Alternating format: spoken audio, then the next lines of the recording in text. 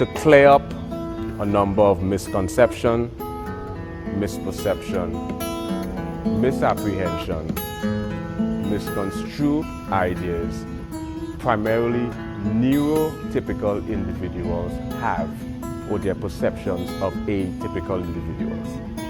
When we say atypical, we refer to individuals who fall outside the spectrum of neurotypicals. That include mental disorder, spectrum disorders, chronic disorders.